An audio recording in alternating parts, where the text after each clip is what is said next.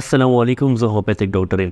د تورو چڼو روزانه استعمال یو چونګ یو لپه یا یو موټه استعمال د تورو چڼو ستاسو په بدن کې څه قسمه مثبت تبدیلۍ راولي، څه قسمه فایده تاسو سره روزانه درکولی شي چې د هغې په استعمال باندې تاسو د ډېرو بیمارو نه محفوظ پاتې کیدی شئ، د ډېرو بیمارو وړو بیمارو د دوایي استعمال نه محفوظ پاتې کیدی شئ.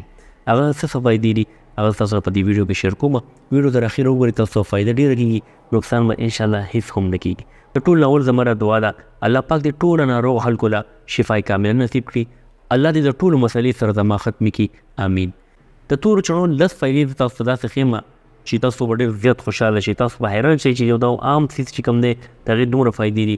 خو لومبې 3 احتیاط داسې کول دي چې د چا های بي پي وي، بلډ پریشر یې ډېر زیات سیوا کېږي، هغه به تورې چڼې د مالګې جوال نه استعمالوي، ځکه چې مالګې سره بي پي نور های کېدی شي، د نقصان خطره ده. بیا دویمې هغه زنانې چې پریګننټ دي، حمل دی، هغې به د مالګې والا چڼې نه استعمالوي، ځکه چې د مالګې چڼو سره بي پي های کېږي او پریګننسي کې مسله راپېښېدی شي.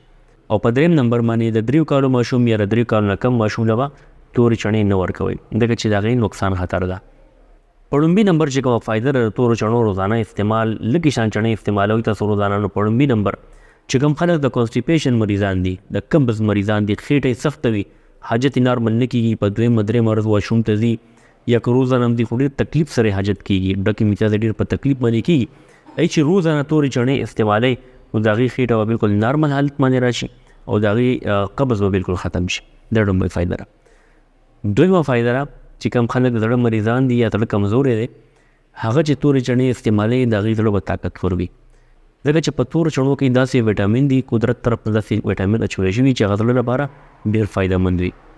په 3 نمبر باندې چې چا کولیسټرول های وي، کولیسټرول لیول یې های وي، هغه چې د تورو چڼو استعمال کوي نو کولیسټرول لیول به نارمل حالت ته راځي، ځکه چې تورې چڼې خشکې وي، د کې غوړوالی بلکل د نش برابر وي، او کولیسټرول چې کوم دی او غوړوالی دی نو غوړوالی خشکي چې کوم ده هغه راشي نو غوړوالی ختموي. دا 3مه فایده شوه. په 4 نمبر چې کومه فایده ده هغه موټاپه ختموي، غټ وزن ختموي، ځکه چې تورو چڼو کې فایبر دی، پروټین دی، هغه چې کله استعمالوي انسان نو لوږه کنټرول وي او دې سره وزن هم کم شي.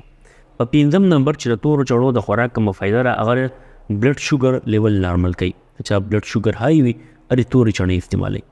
په 6م نمبر باندې چې کوم خلکو آیرن کمی دی بدن کې، په بلډ کې آیرن کم دی، هغه د تورې چڼې استعمالوي، ځکه چې په تورو چڼو کې آیرن ډېر زیات وافر مقدار باندې موجود وي. په 9م نمبر باندې چې چا سکن ښه نه وي، سکن یې صفا نه وي، د سکن مسلې وي، سرمنې ټیک نه وي، هغه د تورې چڼې استعمالوي، انشاءالله د سکن مسلې مې ختمېږي، ځکه چې په تورو چڼو کې ویټامین سي ډېر وافر مقدار کې موجود دی.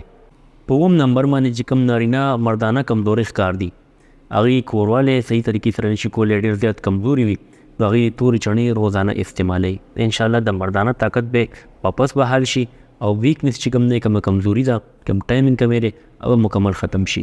په 8م نمبر باندې چې کوم زلمي ځوانانو جریان احتلام مسله وي، مسلسل وي ورته، تکلیف وي ورته، هغه د تورو چڼو استعمال کوي، انشاءالله دا مسله به هم ختمه شي. دې نه علاوه چې د چا بدن دردونه کوي د کمزورتیا په وجې، اعصابي کمزوري ورته، نو هغې دې تورې چڼې استعمالوي. کومې زنانه چې پریګننټ وي او د فولیک ایسډ کمی وي ورته، نو هغې د تورو چڼو استعمال کوي. دې سره خو به په اصل کې پریګننسي کې خېټه سختېږي، قبض وي، نو خېټه به نارمل وي، او دویم د فولیک ایسډ کمی به ورته هم نه وي. نو دا د تورو چڼو یو څو فایدې وي. امید دې ستاسو به دا ویډیو خوښه شوې وي. زه په دې چینل باندې ډاکټر شمیر پښتو باندې تاسو له مستندې مشورې درکوم، د مستند دوایانو باره کې معلومات درکوم، کوم مشورې تاسو درکوم یا کوم میډیسن باره کې تاسو یم هغه زما په پرسنل ایکسپیرینس کې وي، په کلینیکل ایکسپیرینس کې وي، نو بې فکر تاسو بلکل استعمالولی شئ. او امید دی چې دا ویډیو به ستاسو خوښه شوې وي. که ستاسو دا ویډیو خوښه شوې وي زما دا چینل سره سبسکرایب کړئ او دا ویډیو خپل ملګرو سره هم شیر کړئ چې هغې ته مو فایده ورسي. خوشحاله اوسئ. الله حافظ.